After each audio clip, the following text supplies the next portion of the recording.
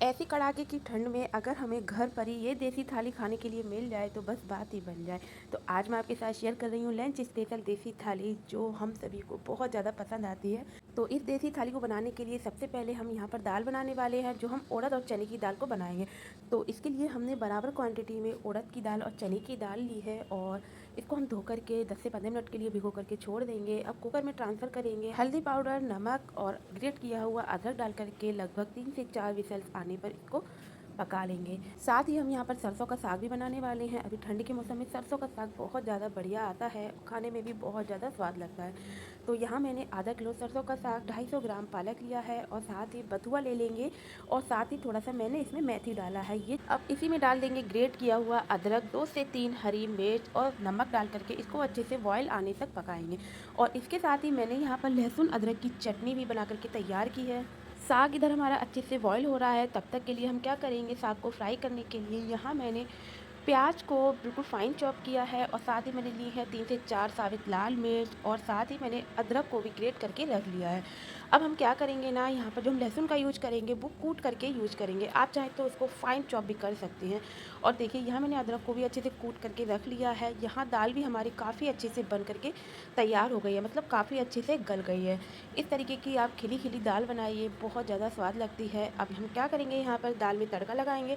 दाल में तड़का लगाने के लिए सरसों के ऑयल में हींग, साबित लाल मिर्च और पिसी हुई थोड़ी सी लाल मिर्च, आप चाहे तो देसी घी में भी इसका तड़का लगा सकते हैं, लेकिन मैंने यहाँ पर सरसों के ऑयल में इसका तड़का लगाया है और दाल में डाल देंगे। यहाँ हमारी तड़का वाली दाल बनकर ये तैयार है। यहाँ मैंने दाल को बिल्कुल सिंपल रखा है, इसमें कोई लहसुन प्याज का यूज़ नहीं किया है, क्योंकि उड़द की दाल बहुत भारी होती है और साथ ही मक्के की रोटी भी थोड़ी भारी हो जाती है, इसीलिए मैंने यहाँ पर दाल को बिल्कुल सिंपल ही रखा है। अब देखिए यहाँ हमारा जो सरसों का साग है ना, वो काफ़ी अच्छे से बॉयल हो गया है। अब हम क्या करेंगे, इसको अच्छे से मैश करेंगे। जब ये अच्छे से मैश हो जाएगा ना, मतलब मैंने इसको ज़्यादा मैश नहीं किया है, आप इसको बिल्कुल फ़ाइन मैश करना चाहते हैं तो फ़ाइन मैश भी कर सकते हैं। अब हमने यहाँ पर लगभग 1 से 1.5 चम्मच के करीब मक्के का आटा लिया है और थोड़ा सा पानी डाल करके इसका घोल बना लेंगे और इसी सरसों के साग में हम इसको ट्रांसफ़र कर देंगे और इसको अच्छे से मिक्स कर लेंगे। मतलब इसका जो भी पानी होगा ना, वो इसी साग में अच्छे से मिक्स हो जाएगा। देख सकते हैं यहाँ साग हमारा अच्छे से बन करके तैयार है। अब हम इसके लिए एक तड़का तैयार कर रहे हैं। तो सरसों के ऑयल में हम डाल देंगे हींग, हींग के बाद डाल देंगे लहसुन, लहसुन को अच्छे से पका लेंगे। साथ ही डाल देंगे साबुत लाल मिर्च, अदरक को ग्रेट करके डाल दिया है और साथ ही डाल देंगे फाइन चॉप किया हुआ प्याज। और अब हमें मीडियम फ्लेम पर इन सबको अच्छे से भून लेना है। काफ़ी अच्छे से भूनिएगा, काफ़ी अच्छा इसका स्वाद ऐसे ही लगेगा। अगर आप इसमें फाइन चॉप किए हुए टमाटर डालना चाहते हैं तो आप डाल सकते हैं, लेकिन मैं सरसों के साग में टमाटर जो है कि स्किप करती हूँ। मैं बहुत कम सरसों के साग में टमाटर का यूज करती हूँ, इसीलिए मैंने नहीं डाला है। आप चाहे तो इसमें 2 टमाटर फाइन चॉप करके डाल सकते हैं। जब ये सारा मसाला अच्छे से भुन जाएगा, तब हम इसमें डाल देंगे पिसी हुई थोड़ी सी लाल मिर्च और डाल देंगे इसमें सरसों का साग जो हमने मैश करके रखा था। और इन सबको अच्छे से लगभग 4 से 5 मिनट के लिए मीडियम फ्लेम पर मैं इसको अच्छे से भूनूंगी। जितना अच्छे से आप भूनेंगे ना, ये इसका जो स्वाद है ना, उतना ही बढ़िया लगेगा। और देखिए यहाँ हमारा सरसों का साग बन करके तैयार हो जाता है।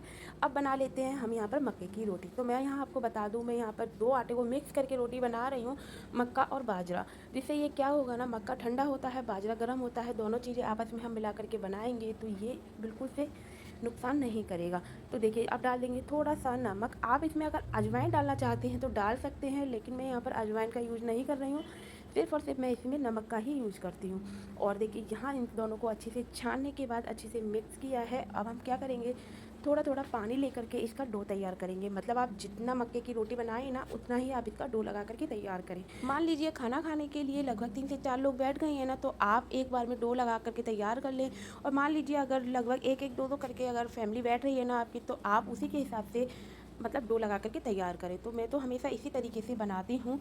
और देखिए यहाँ मैंने आटे को अच्छे से मथ लिया है। बस ध्यान हमें यही रखना है कि आटे को अच्छे से, जितना अच्छे से आप मथेंगे ना, उतनी ही रोटी आपकी बढ़िया आएगी और बिल्कुल भी टूटेगी नहीं। आप देख सकते हैं मैं यहाँ पर इस तरीके से हाथ की हथेलियों से दबाते हुए बना रही हूँ। जब हमें पानी की ज़रूरत लगे तब हम इसमें पानी, मतलब दोनों हाथों पर पानी का यूज़ करें। और देखिए वापस से हम इसको रोटी को इस तरीके से हथेली की मदद से फैलाते जाएंगे।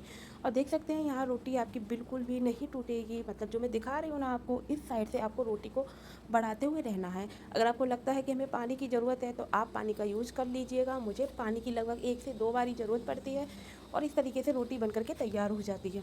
और अब हम क्या करेंगे, तवे को हमने पहले से ही गर्म करने के लिए रख दिया है, रोटी को डाल देंगे। जब रोटी हल्की सी अच्छे से सिक जाएगी तब हम इसको पलट लें। अब देखिए रोटी सेकने का एक तरीका होता है, जैसे कि हम चूल्हे पर रोटी सेकते हैं ना, मतलब खड़ी करके रोटी रख देते हैं तो वो अपने आप ही सिकती चली जाती है। तो इसी तरीके से आप फ्लेम पर ही इस तरीके से रोटी को सेकिएगा तो बिल्कुल से रोटी आपको लगेगी कि हाँ, हमने चूल्हे वाली ही रोटी बना करके खाई है।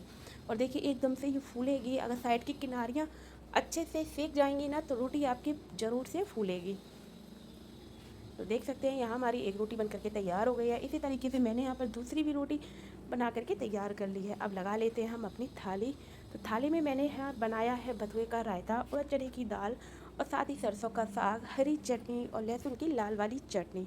और इसी के साथ ऊपर से डाल देंगे घर का बना हुआ मक्खन। और साथ ही अगर आपके पास गुड़ हो तो मज़ा ही आ जाए, लेकिन इत्तेफाक से मेरे पास गुड़ नहीं था तो मैंने नहीं रखा। और देखिए यहाँ हमारी एकदम गाँव वाली देसी थाली बन करके तैयार हो जाती है। और सच बता रही हूँ, जब भी मैं ये थाली बनाती हूँ ना, मेरे घर के सभी लोग एक ही थाली में खाना पसंद करते हैं। तो जल्दी से आप भी ये बना लीजिए और अपनी फैमिली के साथ एंजॉय कीजिए। Thank you so much friend.